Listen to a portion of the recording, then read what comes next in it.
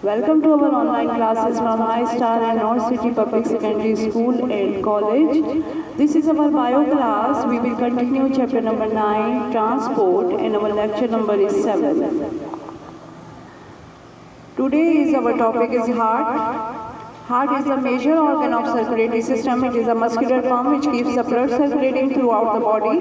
It is located in the thorax slightly at the left side. It is enclosed in the fibrous bag like protective cover called pericardium. It is a conical in shape. Externally, the space between pericardium and the heart is pericardial cavity, which is filled with fluid called pericardial fluid. This fluid reduces friction and pericardium protect the heart and prevent it from overextension. Heart जो है सबसे अहम organ है circulatory system का। ये muscular pump है जो कि पूरे जिस्म में हमारे ब्लड को सर्कुलेट करता है।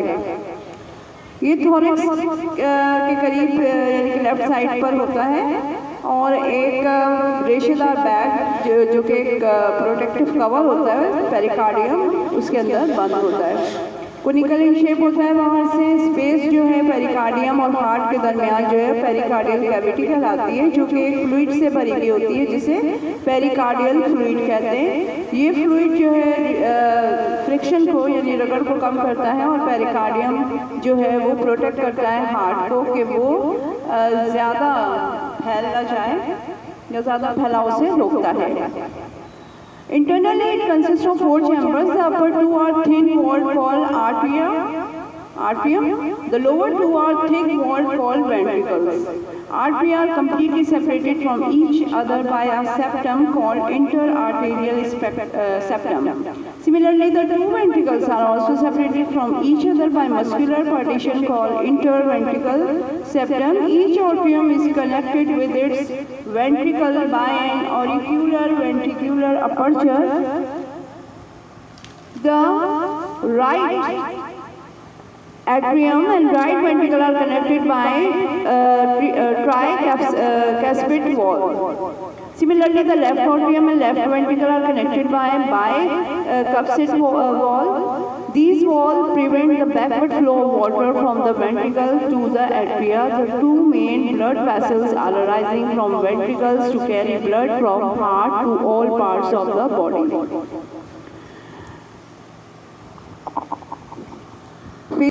अंदरूनी तौर पर ये 4 चैम्बर पर मुश्तमिल होता है। ऊपर वाला जो है वो एक 2 खाने यानी एट्रियम और नीचे की जानिब जो है वो 2 खाने होते हैं जिसे हम वेंट्रिकल्स कहते हैं। दोनों एट्रिया अंदरूनी तौर पर एक एट्रियल सेप्टम के ज़रिए एक दूसरे से मुकम्मल अलहदा होते हैं। इसी तरह वेंट्रिकल भी एक इंटरवेंट्रिकुलर सेप्टम के ज़रिए अलहदा होते हैं। हर एट्रियम अपनी जानिब वाले वेंट्रिकल से एक इंटरवेंट्रिकुलर अपर्चर के जरिए मिला हुआ होता है। फिगर में आप देख लें ऊपर आपको दिया हुआ है, यहाँ पे एट्रियम आपको दिखाया हुआ है, राइट और लेफ्ट एट्रियम। हार्ट के ये 4 चैम्बर है, ये राइट, ये लेफ्ट, ये राइट वेंट्रिकल और ये लेफ्ट वेंट्रिकल है। ठीक है, ये लोग सेपरेट हो रहे हैं ट्राइसेप्टिक वॉल से और ये सेपरेट होंगे आपके बाइसेप्टिक वॉल से। अच्छा, राइट एट्रियम फिगर को देखते रहिएगा। राइट एट्रियम के दरमियान एक ट्रिप्सिड वॉल लगा होता है। इसी तरह लेफ्ट एट्रियम और लेफ्ट वेंट्रिकल के दरमियान भी बाइसेप्ट वॉल लगा होता है। ये दोनों जो वॉल्स होते हैं ये वेंट्रिकल से एट्रिया की जानिब जो ब्लड है उसको जो ऑपोजिट फ्लो होता है यानी कि उल्टा बहाव ना शुरू हो जाए इससे महफूज रखते हैं। वेंट्रिकल से निकलने वाली 2 बड़ी जो कैपिलरीज हैं वो ब्लड को दिल से जिस्म के मुख्तलिफ हिस्से में मुहैया करती हैं। The blood from the right ventricle is pumped through the pulmonary arch to the lungs for oxygenation, while the blood from the left ventricle is pumped through the systematic aorta to all the parts of the body. The pulmonary arch and systematic aorta both are guarded by semi-lunar walls to prevent backward flow of water. There is a difference in thickness of muscles of wall of the left ventricle as compared to the right ventricle. The left ventricle is much thicker and narrow in space. This is related to their function. The right ventricle only pumps blood to the lungs, while the left ventricle pumps blood to all the other parts of the body. The resistance to blood flow through the body capillary network is far higher than that through the lungs capillaries. So, a high pressure is developed in systematic circulation. It requires a thicker muscles wall and narrow space. दाएं जो आपका है ventricle यानी कि right ventricle से जो pulmonary arch है उसके ज़रिए लंग्स में पंप किया जाता है ब्लड को, और लेफ्ट वेंट्रिकल से ब्लड को सिस्टमेटिक एरोटा के ज़रिए जिस्म के दीगर हिस्सों में पंप किया जाता है। खून के उल्टे बहाव से महफूज रखने के लिए पल्मोनरी आर्च और सिस्टमेटिक एरोटा दोनों में सेमी ल्यूनर वॉल्स लगे हुए होते हैं। लेफ्ट और राइट वेंट्रिकल के जो मसल्स की वॉल्स होती है उसकी मोटाई में भी फर्क होता है। जो लेफ्ट वेंट्रिकल है वो ज़्यादा मोटा होता है और अंदर से तंग होता है, और दिल के राइट वेंट्रिकल से खून को लंग्स में और बाएं जो होता है आपका लेफ्ट वेंट्रिकल से जिस्म के दीगर हिस्सों में पंप किया जाता है। लंग्स के मुकाबले में जिस्म के दीगर हिस्सों को जो खून की फराहमी है वो कैपिलरीज में खून की जो रेजिस्टेंस है, ये मज़ाहमत है, ज़्यादा होने के बायस सिस्टमेटिक सर्कुलेशन में ज़्यादा दबाव की ज़रूरत होती है। इसलिए दिल के लेफ्ट वेंट्रिकल की दीवारें ज़्यादा मोटी और तंग होती हैं। स्टूडेंट्स, आप हमारे तमाम लेक्चर्स को YouTube पर सर्च कर सकते हैं DNCPSS एंड DNCPSS पर एंड DHSPSS पर, और हमारे official channel professor MM Mansoor पर। हमारे चैनल्स को ज़रूर सब्सक्राइब करें, शेयर करें और लाइक करें। Thank you. The function of atria is to stretch to receive blood as it returns to the heart and then contract with enough force to push the blood through the arterioventricular wall into the ventricles. This requires a lower pressure than that develop in the ventricles, so the walls of the atria are much thinner and more elastic than those of the ventricles. Atria का जो काम होता है वो ये होता है कि वो उसको खून को दिल में लेता है फैला के फिर सिकुड़ कर ताकत से उसको वेंट्रिकल में धकेल देता है, जिसके लिए वेंट्रिकल के मुकाबले में उसको कम दबाव की ज़रूरत पड़ती है। इसलिए एंट्रिया की जो वॉल्स होती हैं वो पतली भी होती हैं और इलास्टिक लचकदार भी होती हैं। The circulation of blood in our body is called double circuit system because it circulates blood in two separate circuits and enter twice in heart during complete circulation. These two circuits are pulmonary circuits from heart to lungs and back from lungs to heart, and systematic circuit from heart to different organs and from organs back to the heart. हमारे जिस्म में जो circulation का system है इसको हम double circuit system भी कहते हैं, क्योंकि खून जो है वो दो दफ़ा उसको दिल में से होके गुजरना पड़ता है सर्कुलेशन के लिए। और ये जो हमारा सर्कुलेशन है टू टाइप्स की है। एक होती है पल्मोनरी सर्किट यानी दिल से लंग्स की तरफ और लंग्स से वापस दिल की तरफ, और सिस्टमेटिक सर्किट यानी दिल से जिस्म के मुख्तलिफ एज़ा की तरफ और जिस्म के एज़ा से वापस दिल की तरफ।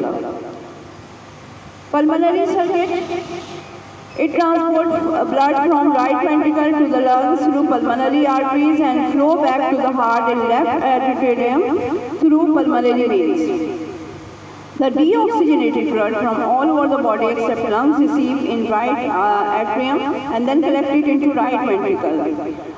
Upon contraction of ventricle, this deoxygenated blood enters into the pulmonary arc, which supplies this blood to the lungs, where blood gives up its carbon dioxide and receives oxygen from the air at capillary level. The deoxygenated blood now becomes oxygenated, which flows back to the left atrium through pulmonary veins. This oxygenated blood now circulates through the body by systematic circulation. Pulmonary circuit क्या होता है? इस circuit में blood जो है वो दिल के राइट वेंट्रिकल से पल्मोनरी आर्टरीज के जरिए लंग्स को मुहैया किया जाता है और वहाँ से पल्मोनरी वेन्स के जरिए दिल के लेफ्ट वेंट्रिकल में वापस लाया जाता है। आर्टरीज जो है वो खून पहुँचाती हैं और वेन्स जो है वो वापस लाती है। लंग्स के अलावा जिसम के दीगर हिस्सों से डीऑक्सीजनेटेड ब्लड यानी गैर ऑक्सीजन शुदा जो खून है वो राइट एट्रियम में आता है, जिसके सिकुड़ने पर इसे राइट वेंट्रिकल में भेज दिया जाता है। इसके नतीजे में डीऑक्सीजनेटेड ब्लड जो है वो पल्मोनरी आर्क के जरिए ये लंग्स तक चला जाता है, जहाँ पर इस खून में से कार्बन डाइऑक्साइड को निकालकर लंग्स में बाहर से दाखिल होने वाली हवा में खारिज करके उसके बदले कौन सी गैस आ जाती है, उसके बदले ऑक्सीजन को शामिल कर लिया जाता है। अब ये ऑक्सीजन शुदा खून ऑक्सीजनेटेड पल्मोनरी वेन्स के जरिए दिल के लेफ्ट एट्रियम में दाखिल कर दिया जाता है। ऑक्सीजन जो है ऑक्सीजनेटेड ब्लड जो है सिस्टमेटिक इसके दौरान तमाम जिस्म में गर्दिश करता है।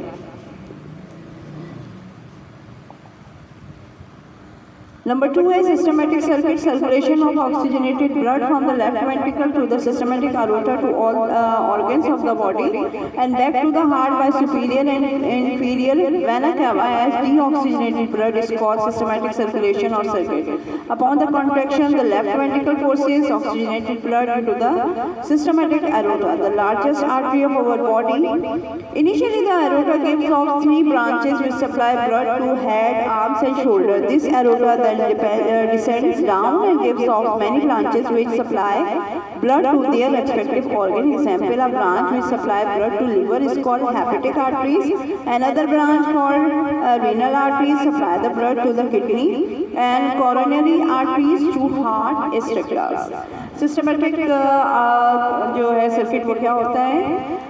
लेफ्ट वेंट्रिकल से सिस्टमेटिक एरोटा के जरिए ऑक्सीजनेटेड जो ब्लड होता है वो तमाम ऐसा को पहुंचाया जाता है, जहां से डीऑक्सीजनेटेड ब्लड जो है वो तब्दील होकर इंफीरियर और सुपीरियर वेना कावा में के जरिए दिल में वापस लाया जाता है। इसी तरह जो है ये सिस्टमेटिक सर्किट, इस सर्किट को हम सिस्टमेटिक सर्किट कहते हैं। लेफ्ट वेंट्रिकल के कॉन्ट्रैक्ट होने पर ऑक्सीजन जो है जो ऑक्सीजनेटेड ब्लड जो है वो जिस्म की सबसे बड़ी जो आर्टरी है सिस्टमेटिक एरोटा में पंप कर दिया जाता है।